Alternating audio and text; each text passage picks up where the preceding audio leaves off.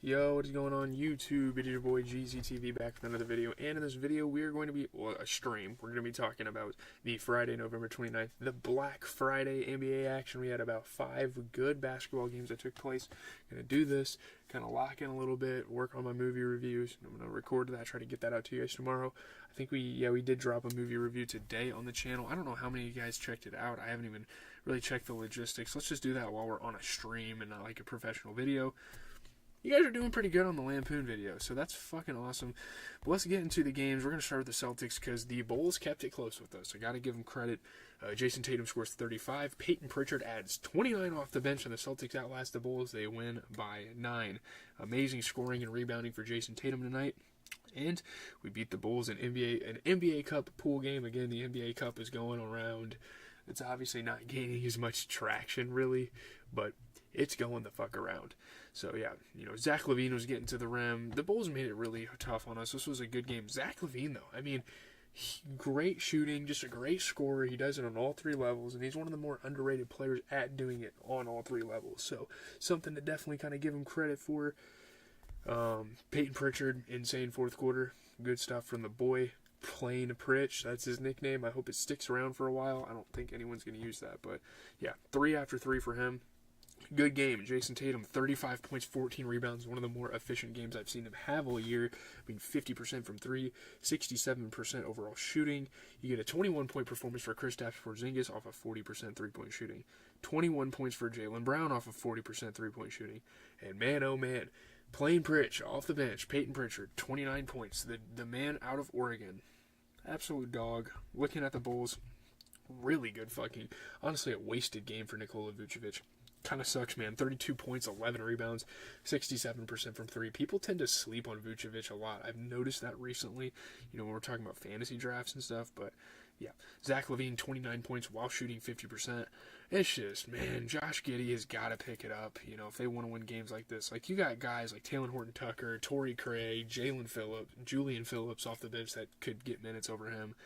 I know, he passes the ball and he rebounds the ball well, but they need him on the scoring end. And again, they have alternatives off the bench that can kind of do that, but not a great game for Josh Giddey, really, like realistically speaking. So let's just move on to the Knicks and the Hornets. Not a lot of these games I watched too extensively. I wasn't really able to watch the Celtics game. I've been so focused on school and like doing videos and shit like that, and I just have not had the time to lock in on anything. So, looking at the Knicks and the Hornets, Jalen Brunson pours in 31 points as the Knicks hold on to beat the Hornets by 1 in NBA Cup play. I will say, though, for not having LaMelo Ball, and actually now Grant Williams isn't playing for the season, I think the Hornets held together pretty fucking well. I know, losing is losing, but that could give them some hope going forward. Great scoring from Jalen Brunson. We know he's going to put the ball in the basket. 2 clutch free throws with 8.6 seconds left. New York Knicks hold on. They improved to 3-0 in the NBA Cup, so that's pretty cool. Really good scoring night for him again. Really fun game. I mean, not really a high energy, high talent, high caliber basketball game, but it's a very scrappy, entertaining game to watch, nonetheless. Moussa Diabate gets up for dunks. Moussa Diabate is going to be a really good big man. Like, if they develop him properly, he's going to be an amazing big man for the Charlotte Hornets. Miles McBride threw some dunks down. Yeah, Josh Green had a crazy sequence in the half. And again, it's always a perk of watching the Hornets because of the announcers. Such a fun time. They're great announcers. But looking at the Knicks, Karl Anthony Towns put up 19 points, 12 rebounds. He shot 40% from 3, 50% overall. You get a 31-point performance for Jalen Brunson. Great efficiency, 67% from 3, 50% overall. 13 points and 12 rebounds for Josh Hart off of 50% shooting. Yeah, they played pretty solid, pretty decent shooting splits. Looking at the Hornets, really all they had was Brandon Miller. Not even really a good shooting night, but he had 20 points.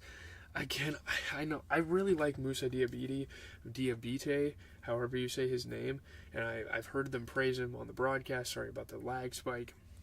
I don't know, I'm just not a huge fan of him, like, just not being as big of a scoring option as they really need him to be, because you have Cody Martin, whichever one, Cody Martin, you have Seth Curry, Noah Smith Jr., KJ Simpson off the bench, who can get the job done scoring-wise.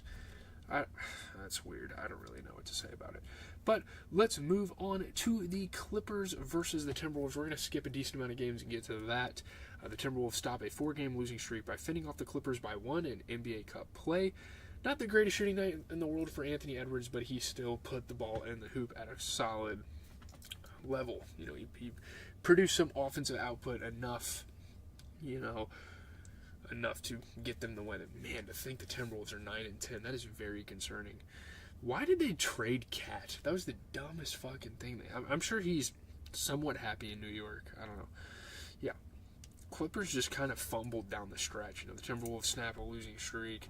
Anthony was hitting some big shots. Anthony was hitting shots when it mattered. Obviously, tough place for James Harden as well.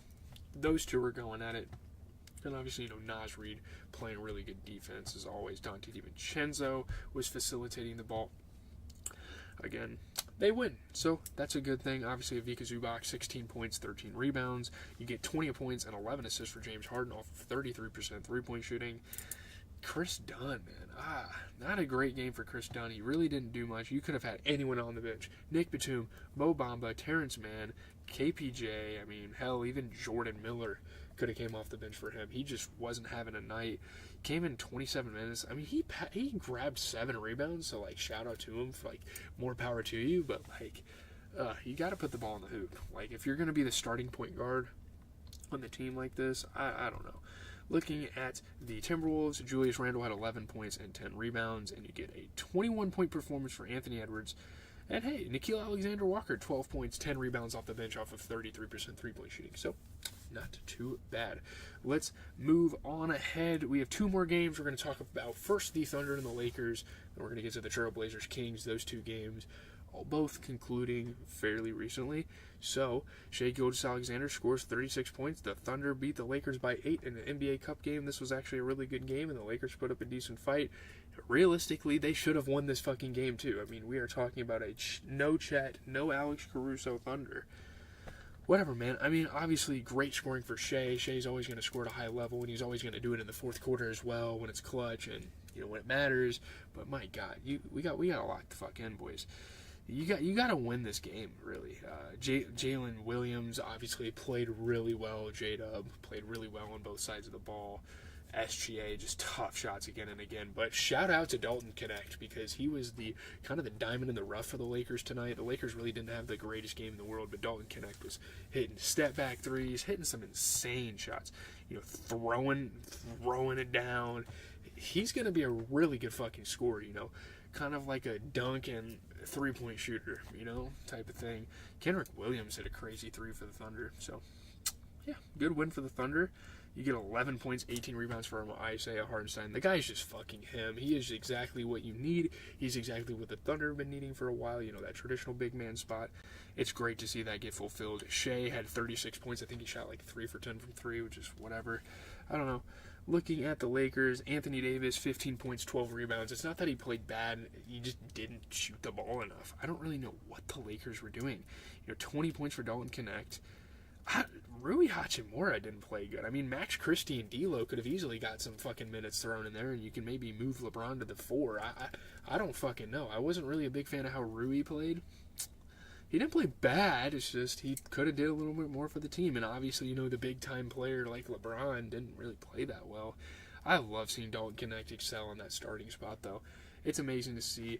Let's just move on to the last game of the night. We have the Kings and the Trailblazers kind of wrapping stuff up. Really good win for the Trailblazers here. Pretty big statement win, really, to beat a team like the Kings. But the Trailblazers beat the Kings by 9. They stay alive in the NBA Cup. For as bad of a team as they are, they still have a chance at the NBA Cup. So that's pretty cool to hear about. DeAndre Ayton, great scoring, solid rebounding. He has his moments. He has his games where he can go out there and dominate. He's going to be dominating, He will have those moments for sure. He's definitely a talented NBA player. It's just he's got to get on the roll, But they win, so that's cool. Nice pick and rolls from the Kings. Really good plays from the Kings. It's just the Trailblazers outplayed them. Malik Monk was hitting tough shots. Isaac Jones was hitting tough shots. Isaac Jones played really good. I don't know what team he's on. I don't even know. That's weird. But let's just get to the box score. Holy shit, Domantas Sabonis triple-double, 21 points, 11 assists, 14 rebounds off of 67% three-point shooting, 80% shooting overall. The guy's a fucking machine. 22 points for De'Aaron Fox, 29 points off the bench for Malik Monk. And obviously, you'd love to see a little bit more from Keegan Murray. I mean, you have guys like Doug McDermott, Isaac Jones had a good game, and Malik Monk off the bench who could easily get some minutes, supplemental minutes over him. I don't know. I don't know why Keegan Murray played more this game than fucking Doug McDermott. Doug McDermott came out there in 8 minutes and, well, no, not Doug McDermott. Oh yeah, I guess. I don't fucking know. 29 minutes and you shoot 1 for 9. That's just not a great look. Looking at the Trailblazers, though, 20 points for Denny Avdia. Love Denny Avdia. He's one of my favorite players in the league. 26 points for DeAndre Ayton and 21 points for Anthony Simons. They keep it kind of simple. Real quick, Saturday games, there's a couple of them. Let's just talk about the good ones. Warriors are playing the Suns. I think that's really about it. So leave a like, comment, subscribe. As always, this has been your boy GZTV. Again, I'm going to kind of get started on this movie review. Not sure how far I'm going to get into it tonight. We watched Free Guy, so that's going to be the next movie we cover on the channel. It's probably all we're going